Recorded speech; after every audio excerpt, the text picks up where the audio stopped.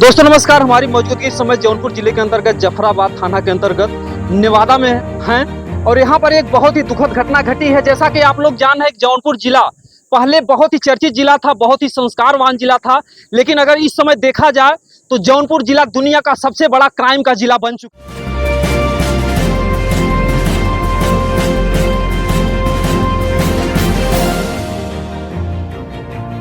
जब से अनुराग की घटना घटी है, अनुराग का गला कटा है, तब से आए दिन अपराधी एक दूसरे की जान ले रहे हैं, क्योंकि सबको पता है कि अनुराग जैसे मामले में अगर अनुराग को नहीं न्याय मिला तो और जो अपराधी हैं वो छूट रहे हैं तो हम किसी को भी मार देंगे तो कुछ नहीं होगा। ठीक वही हाल यहाँ पर भी हुआ। हम जहाँ पर हैं आप लोग देख सकते हैं, लालजी भैया इंजीनियरिंग वर्क्स, इलेक्ट्रिकल एवं मैकेनिक वर्कशॉप। यहाँ पर लालजी जो थे, लालजी गौतम, यहाँ पर अपने बेटों के साथ रहते थे। उनके दो बेटे और लालजी को यहाँ पर आकर के दरिंदे जो है मौत के घाट उतार देते हैं। ये वही मशीन है, आप देख सकते हैं, खराद की मशीन है। यहाँ पर एक ठेकेदारी की अभी काम करते थे, ठीके से अपना जो कुछ भी था अपना ये रोजगार चलाते थे। और जो बातें कुछ सामने आ रही हैं कि इसके पहले ये कहीं भाड़े पर रहते थे, भाड़े वालों से क्या विवाद था, कैसे क्या बातें थी, बहरहाल ये तो मामला जांच का है। लेकिन मामला तो बहुत ही दुखद है, बहुत ही तकलीफदेह है, क्योंकि लाल जी की पूरी दुनिया उजड़ गई। खुद तो गए लेकिन दो बेटे भी साथ में जो है इनकी चिताएं जली। और दुर्भाग्य रहा कि इनका जो एक बेटा है वो सलाखों के पीछे है। कुछ दिन पहले क्या मतलब है कि 7 वर्ष पहले किसी दुष्कर्म के मामले में वो थाने में कैद है। और मुखाग्नि केवल चिता में आग लगाने के लिए थोड़ी देर के लिए उन्हें प्रशासन छोड़ देती है और फिर उन्हें पुनः प्रशासन लेकर के चली जाती है। हम पूरा दिखाने का प्रयास करेंगे घटना को जहां पर दरिंदों ने अंजाम दिया है। ये देख सकते हैं कि आप यहाँ पर बहरहाल जो है यूट्यूब पर दिखाना वर्जित है, ब्लड को नहीं दिखा सकते, लेकिन इतना जरूर बता सकते हैं कि ब्लड खून यहाँ पर लगा हुआ है। ये वही कमरा है जो बगल में टंकी है, आप जो देख रहे हैं लाल रंग से ईंट जो बनी हुई है, इसी कमरे में, यानी कि जिस तरीके से दिखाया जा रहा है कि यहाँ पर जब दरिंदों ने वार किया होगा तो अपनी जान बचाने के लिए, जान सबको प्यारी होती है, अपनी जान बचाने के लिए कोई यहाँ बाहर आया होगा, फिर ले जाकर के उसी कमरे में अंजाम देते हैं। जो वहां पर प्रशासन के लोग ताला लगा दिए हैं, ये यहाँ पर जांच का विषय है, तमाम जांचें होंगी क्या कैसे होगा। बाहर चप्पल का एक जोड़ा दिखाई दे रहा है और तीनों यानी कि पिता और दोनों पुत्रों को एक ही कमरे में मृत पाया जाता है। तो इससे साफ नजर आता है कि जब उनके ऊपर हमला हुआ, जब उनके ऊपर आक्रमण हुआ तो उसमें से कोई जान बचाने के लिए यहाँ तक करके भाग के आया। तो इस तरीके से जिस तरीके से घटना को अंजाम दिया गया है, 3 लोगों को मारना, यानी कि 3 लोगों को मारने के लिए कम से कम जो संख्या होगी, अनुमान जो बताया जा रहा है कि कम से कम वो लोग 10 लोग होंगे, तब जो है इतनी बड़ी घटना को अंजाम दिए होंगे। वरना जो है, अगर कोई कहते हैं मरता क्या नहीं करता, अगर आप किसी की जान मारने के लिए आप उतारू होंगे तो एक व्यक्ति 3 लोगों के लिए हावी भी हो सकता है, जब उसको लगेगा कि हमारी जिंदगी जो है इस समय दांव पर लगी है। लेकिन दुर्भाग्य रहा कि तीनों यानी कि 2 बेटे और एक पिता को मारने के लिए यहाँ पर कितनी संख्या में लोग आए। और सबसे बड़ी बात यह है कि ये जहाँ पर बनाए हुए हैं, इसके पहले जहाँ से इनका कुछ विवाद था, जिस किराए के मकान में रहते थे वहाँ से झगड़ा झंझट होता है। ये यहाँ पर आकर के अपनी रोजी रोटी यहाँ एकांत में, यानी कि यहाँ आसपास देख सकते हैं कि कोई घर नहीं है। यहाँ पर आप दिखाइएगा, यहाँ पर आसपास कोई घर नहीं है।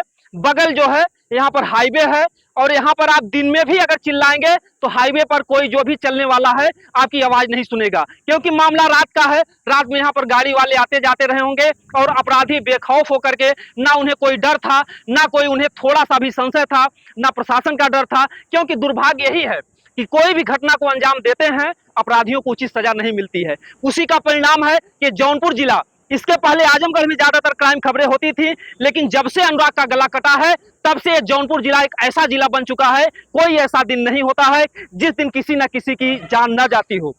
आजकल अगर देखा जाए तो जौनपुर जिला में रोड पर चलना दिन में भी दुश्वार हो गया है। यही जौनपुर जिला है जहां पर एक पत्रकार को भी दिन दहाड़े जो है गोली मार दी जाती है।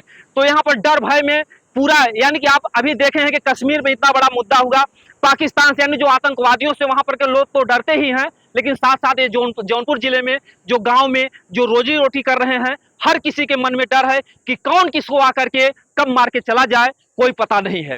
तो हमारा दिखाने का यही प्रयास है कि ऐसी घटना ना घटे। प्रशासन से हमारा निवेदन है, जोगी जी जो आप कहते हैं बराबर कि हमारी जो है व्यवस्था यानी शासन प्रशासन चुस्त दुरुस्त है, इस समय जो है क्राइम नहीं हो रही है। जो अपराधी हैं वो प्रदेश छोड़ करके भाग गए हैं। आखिर में यूपी का जौनपुर जिला भी तो यूपी में ही आता है। आखिर में यहाँ पर अपराधी कहां से इतने पनप रहे हैं, या अपराधी भाग जा रहे हैं, या जो दुनिया के अपराधी हैं वो जौनपुर जिले में आ जा रहे हैं। और अपराधी बाहर से भी नहीं आते, जो भी अपराधी होते हैं आसपास की होते हैं। तो आखिर में क्यों, कब तक ये जौनपुर की जनता इसी तरीके से दहशत के साए में जीती रहेगी?